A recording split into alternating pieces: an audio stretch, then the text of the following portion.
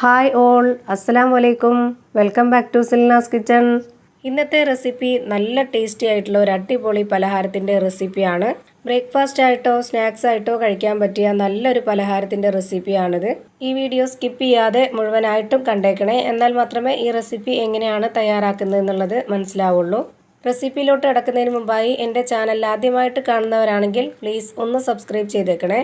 കൂടെ തന്നെ ഈ വീഡിയോസ് നിങ്ങൾക്ക് ഇഷ്ടപ്പെടുകയാണെങ്കിൽ ഒരു ലൈക്ക് ചെയ്യാനും മറക്കരുത്. ഇനി നമുക്ക് റെസിപ്പിയിലോട്ട് കിടക്കാം.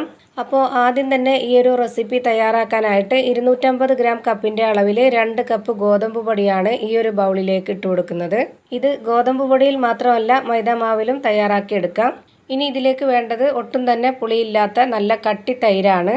50 ഗ്രാം അളവിലാണ് ഞാനിപ്പോൾ ഈ ഒരു തൈര് ഒഴിച്ചു കൊടുത്തിട്ടുള്ളത്. ഇനി ഇതിലേക്ക് ആവശ്യത്തിനുള്ള ഉപ്പിട്ട് കൊടുക്കാം. ഇനി പൊടിയെടുത്ത അതേ കപ്പിൽ തന്നെ 1/2 കപ്പ് വെള്ളമാണ് ഞാനിതിലേക്ക് ഒഴിച്ചു കൊടുക്കുന്നത്. ഇനി ഇതെല്ലാം നന്നായിട്ടൊന്ന് മിക്സ് ചെയ്തിട്ടെടുക്കാം.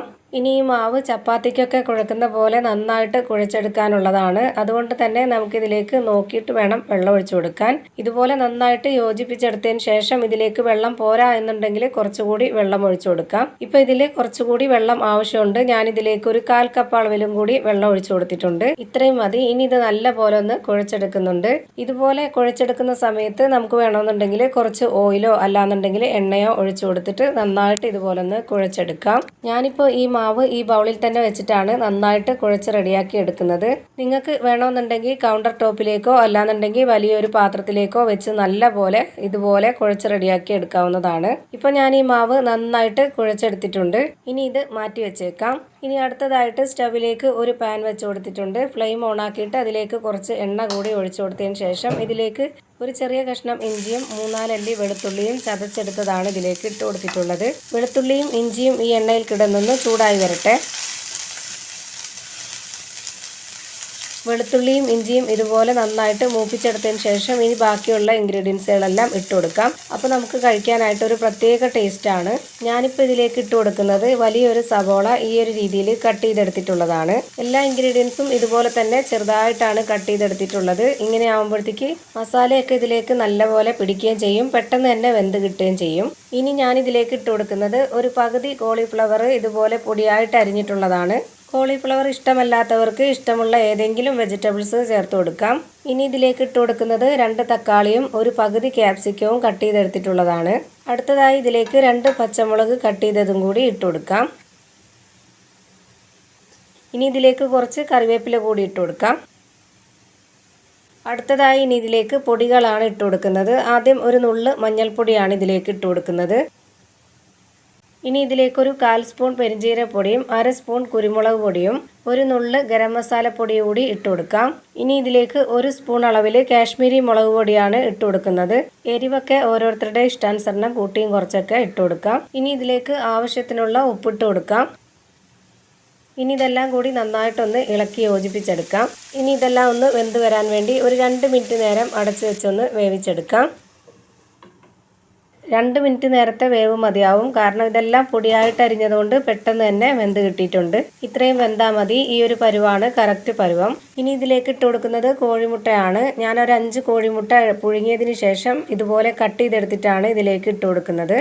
ഇനി ഇതെല്ലാം ഒന്ന് നന്നായിട്ട് ഇളക്കി യോജിപ്പിച്ചെടുക്കാം. ഇനി ഈ മുട്ടയിൽ ഈ മസാലയൊക്കെ ഒന്ന് പിടിച്ചു കിട്ടാൻ വേണ്ടിയിട്ട് 1 മിനിറ്റ് നേരം ഇതൊന്ന് അടച്ചു വെച്ച് വേവിച്ചെടുക്കാം. ഇത്രയും മതി. ഇനി നമുക്ക് ഫ്ലെയിം ഓഫ് ചെയ്യാം. ഇപ്പോൾ നമുക്ക് നല്ല ടേസ്റ്റി ആയിട്ടുള്ളൊരു മസാല റെഡിയായി കിട്ടിയിട്ടുണ്ട്. ഇനി ഇത് വേറൊരു പാത്രത്തിലേക്ക് മാറ്റാം. ഇനി അടുത്തതായി ഇതുപോലൊരു ബോളിലേക്ക് കുറച്ച് പൊടി ഇട്ട് കൊടുത്തതിന് ശേഷം നേരത്തെ റെഡിയാക്കി വെച്ചിട്ടുള്ള മാവ് ഇതിലേക്കൊന്ന് വെച്ച് കൊടുക്കാം. ഈ മാവിനെ ആദ്യമേ തന്നെ 2ആയിട്ടൊന്ന് കട്ട് ചെയ്തെടുത്തതിന് ശേഷം പിന്നീട് ഒരു 6 പീസാക്കിയിട്ട് ഞാൻ മാറ്റുന്നുണ്ട്. ഇനി ഇതെല്ലാം ഈ ഒരു വലിപ്പത്തിലുള്ള ബോൾസ് ആക്കിയിട്ടെടുക്കാം. 2 കപ്പ് ഗോതമ്പ് പൊടിയിൽ 6 പീസ് ബോളാക്കി എടുത്തിട്ടുണ്ട്.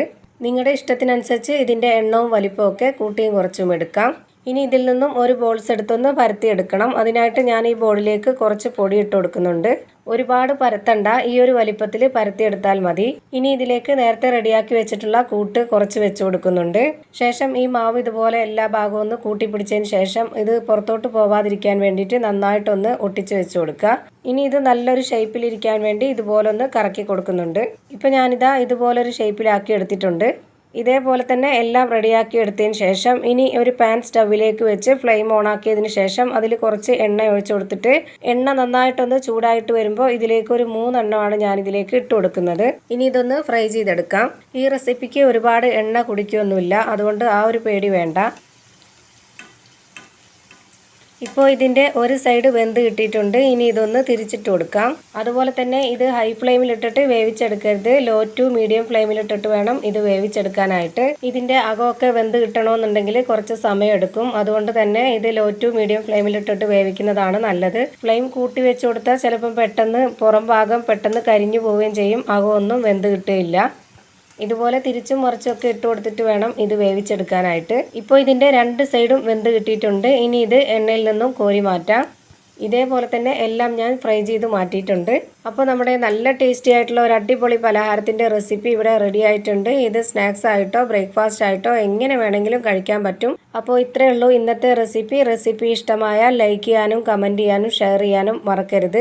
അതുപോലെ തന്നെ ഞാനിടുന്ന പുതിയ വീഡിയോസ് നോട്ടിഫിക്കേഷനായിട്ട് കിട്ടുന്നതിന് വേണ്ടി സബ്സ്ക്രൈബ് ചെയ്ത് ബെല്ലൈക്കൺ അമർത്തി അതിൽ ഓൾ എന്ന ഓപ്ഷൻ എനേബിൾ ചെയ്ത് കൊടുക്കാനും മറക്കരുത്. പുതിയൊരു വീഡിയോയുമായി വീണ്ടും വരും. Thank you for watching.